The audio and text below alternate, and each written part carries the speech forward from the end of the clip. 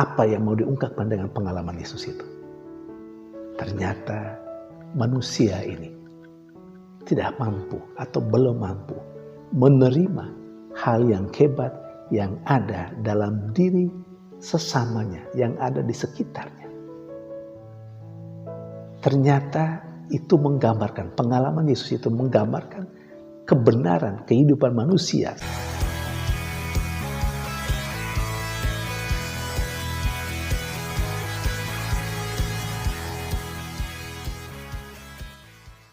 Berjumpa lagi dalam permenungan kita edisi Rabu 1 Februari 2023, Pekan Biasa keempat.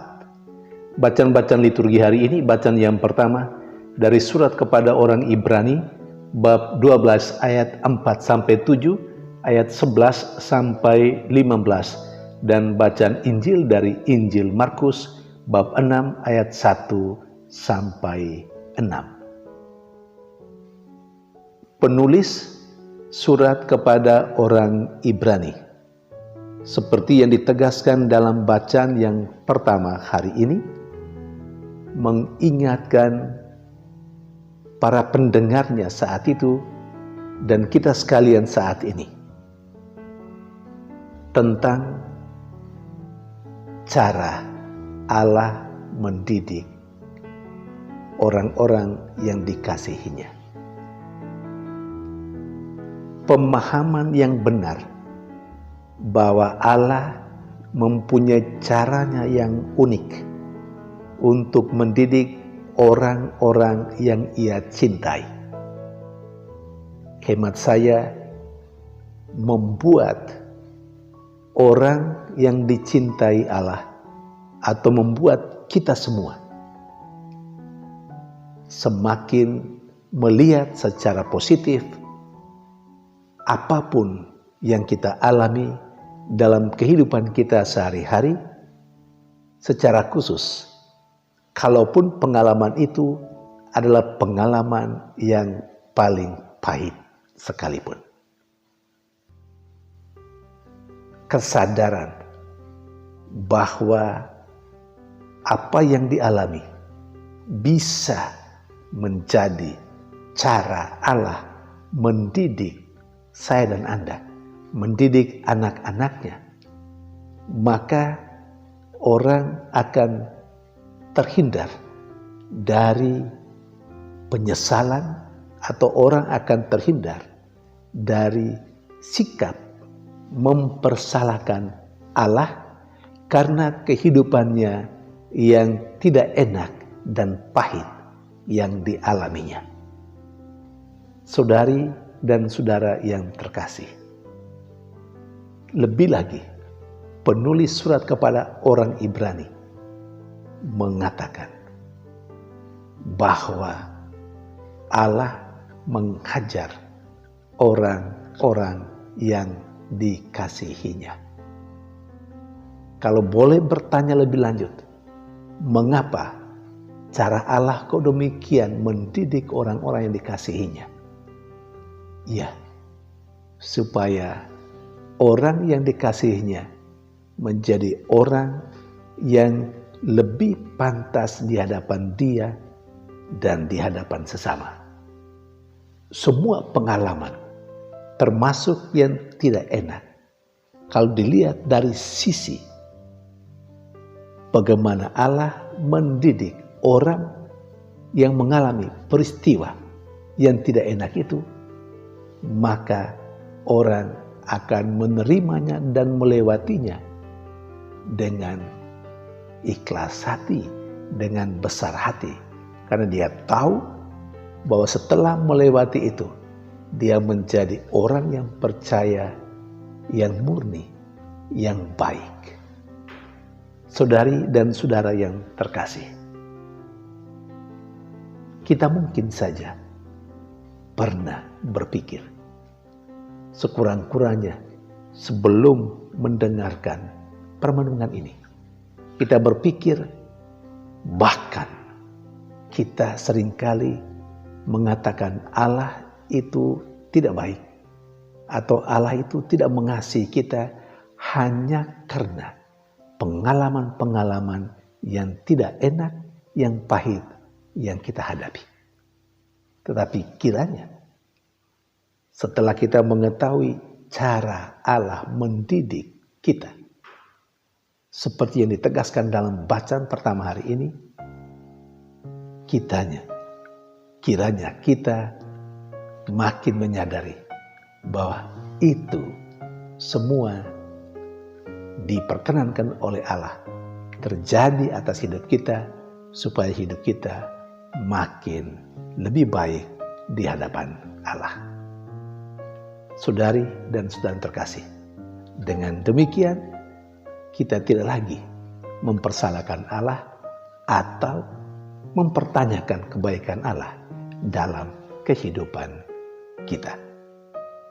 Saudari dan saudara yang terkasih, sementara Injil hari ini bercerita tentang Yesus yang ditolak oleh orang-orang sekampung halamannya.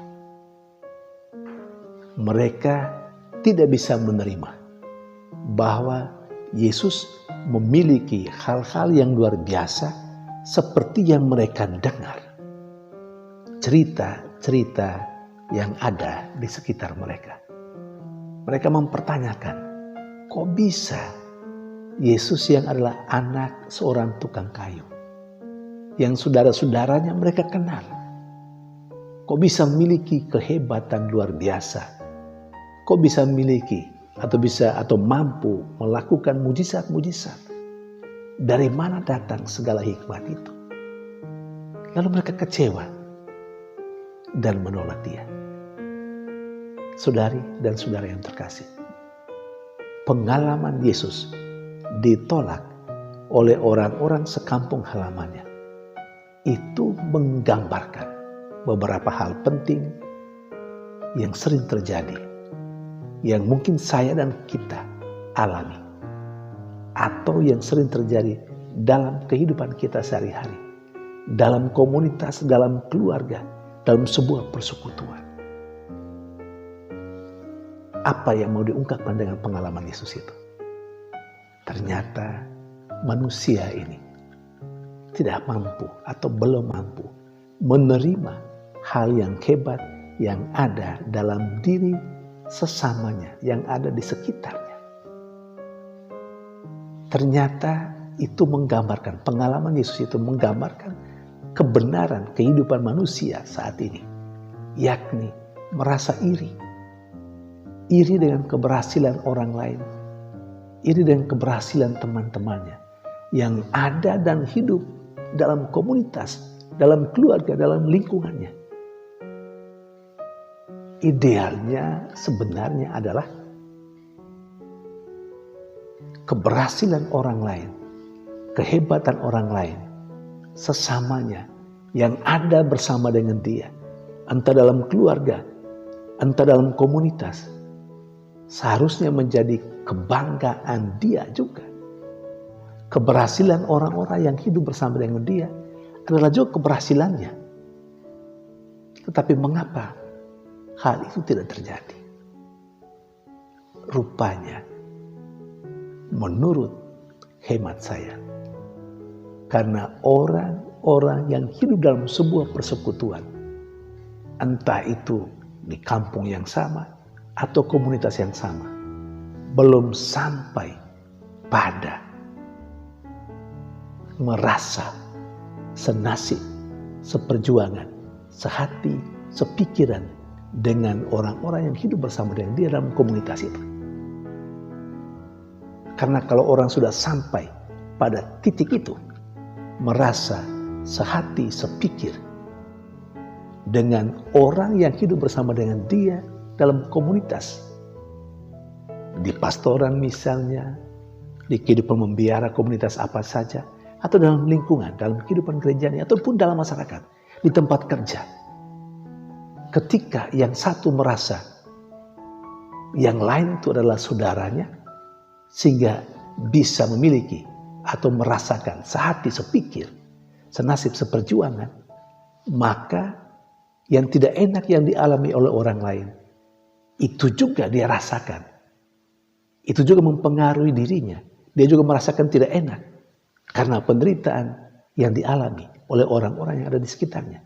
Dan sebaliknya, ketika orang-orang yang hidup bersama dengan dia meraih keberhasilan atau lebih hebat dari dia, dia juga mesti berbangga, bahkan bersyukur bahwa sesamanya, orang yang hidup bersama dengan dia dalam sebuah persekutuan, entah keluarga atau komunitas apapun, keberhasilan dan kehebatan yang lain yang hidup dalam persekutuan dengan dia, itu juga adalah kebanggaannya dan keberhasilannya. Saudari dan saudara yang terkasih, sekali lagi, hal seperti itu belum mampu banyak orang hayati dalam kehidupannya. Yang terjadi adalah kehebatan sesama yang hidup bersama dengan dia. Itu menjadi alasan bagi dia untuk iri hati, untuk merasa jengkel, atau untuk memperlakukan, untuk berbicara di belakang tentang kejelekan-kejelekan, atau tidak mau mengakui, atau merasa diri disaingi. Kalau perlu jejak-jejak keberhasilan sesamanya dihapuskan, dihilangkan, karena merasa tidak nyaman hidup di bawah bayangan keberhasilan orang-orang lain yang bahkan saudaranya sendiri yang hidup bersama dengan dia setiap saat, setiap hari dalam komunitas, dalam persekutuan. Saudari dan saudara yang terkasih, kita pasti mengalami seperti yang dialami oleh Yesus. Kalau kita mengalami itu, artinya kita yang hidup atau siapapun yang hidup bersama dengan kita belum sampai pada titik merasa sehati, sejiwa, sepikiran, merasa bahwa kegagalan yang lain adalah kegagalannya dan keberhasilan orang lain adalah keberhasilannya juga. Yang ideal, kita pantas bersyukur atas siapapun yang mungkin lebih baik dari kita, yang mungkin lebih hebat dari kita dan lebih berhasil dari kita. Bahkan kalau perlu, kita belajar dari orang yang lebih berhasil dari kita, yang hidup bersama dengan kita dalam komunitas, dalam persekutuan. Kita belajar dan kita bertanya, mengapa dia lebih baik? Mengapa dia lebih berhasil? Bisa saja toh, cara yang dia pakai, cara yang dia gunakan sehingga dia berhasil, sehingga dia lebih baik itu boleh juga kita pakai, kita ambil menjadi cara kita. Kalau kita juga mau berhasil, kalau kita juga mau lebih hebat. Saudari dan saudara terkasih, semoga kedua bacaan liturgi hari ini membuat kita atau menginspirasi kita. Sudah, stop dengan cara-cara yang sangat tidak Kristiani. Iri hati dan keberhasilan orang lain, menjelek-jelekan orang lain. Dan yang lebih buruk lagi, kita menjelek-jelekan orang yang ada bersama dengan kita, yang telah berhasil, atau yang mungkin lebih baik dari kita. Dan itu kita lakukan setelah orang tidak berada bersama dengan kita. Tuhan